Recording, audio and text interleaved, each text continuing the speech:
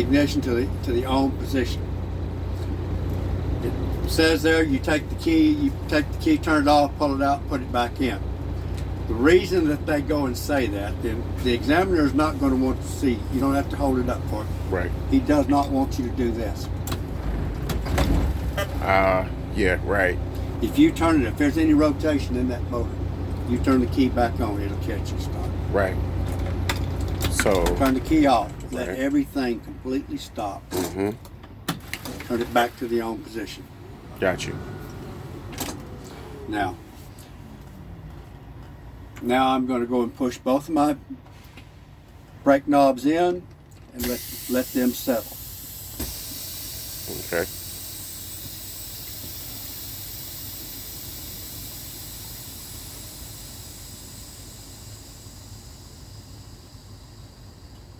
Everything gets quiet. I hear no audible air leaks. Now this is the one. Now we get to the part where everybody kind of freaks about it. It says, with steady pressure on the brake pedal, I should lose no more than 4 psi in 1 minute. I'm going to ask the examiner to go and if he will time me for that 1 minute. When he says yes, I put my foot on the brake pedal. I do not try to stomp it down through the floor. I put it just enough. I've got air moving through the system now. And I wait for him to go and tell me that's been 1 minute. When he does, I take my foot off the brake pedal and I'll tell him I did not lose more than 4 psi in 1 minute.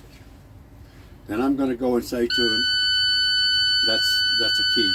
I'm going to let it go off in just a minute.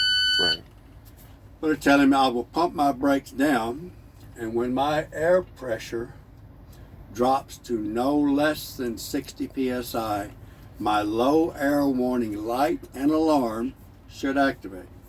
He goes and acknowledges. I start pumping my brakes.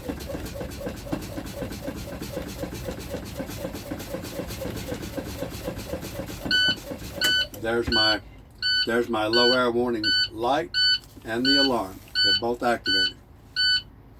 Now I'm going to continue to go and pump my brakes, and at approximately 40 psi, both of my brake knobs should pop out.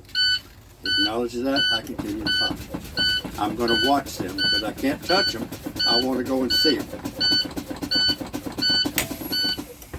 Both my brake knobs have popped out, which verifies that my air brake system is working properly.